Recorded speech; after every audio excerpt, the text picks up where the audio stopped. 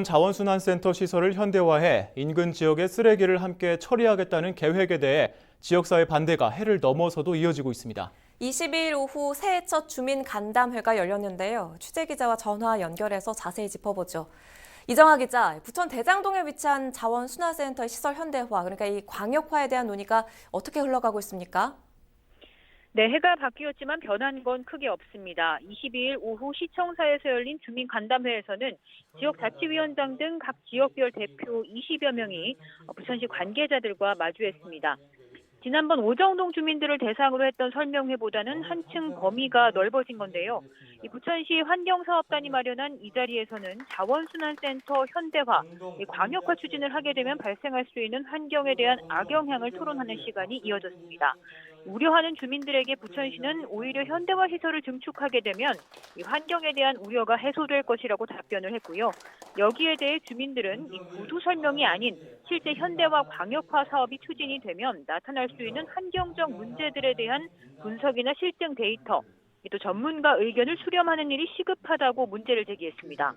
또 부천시는 경기도 하남 등 선진 사례와 비교하면서 순기능을 설명했는데 이 주민들은 해당 지역의 경우에는 자체 쓰레기만 처리하게 돼 있다면서 부천의 사례와는 다소 맞지 않다고 선을 긋기도 했습니다.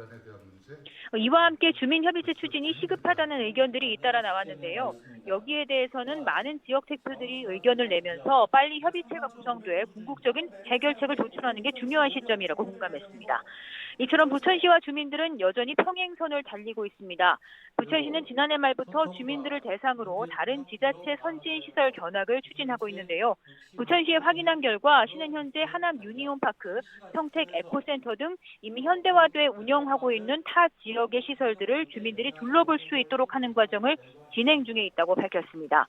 견학에도 반대 의사를 밝힌 부천 오정동 주민자치회에서는 사전 공문을 통해서 주민들이 먼저 요구한 조건들이 선행되기 전에는 힘들다는 의사를 전했습니다. 주민들이 요구한 조건은 첫 번째 자원순환센터 광역화를 백지화하겠다는 표명, 현재 자원순환센터 현대화에 대해 진행 중인 광고, 시 소식지 등을 비롯해 아파트 단지 부착물 등을 수거하거나 중단해야 한다는 겁니다.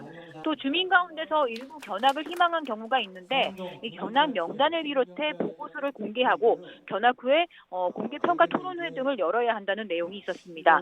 지난해 첫 간담회 자리에서 반대 의사를 표명했을 때와 비교해 크게 변화된 건 없는 상황인데요. 이 한편 현대화 사업을 함께 추진하기로 했던 인천시는 부천에서 자원순환센터 현대화에 대한 결론이 나지 않을 경우 인천 별도로 사업을 추진하는 고민을 하겠다는 입장입니다. 부천시는 현대화 사업의 진전을 위해서는 주민을 먼저 설득해야 하는 과제가 있습니다.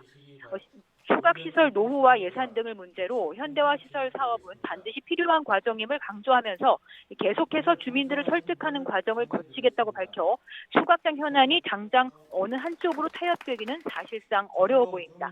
헬로티비 뉴스 이정아입니다.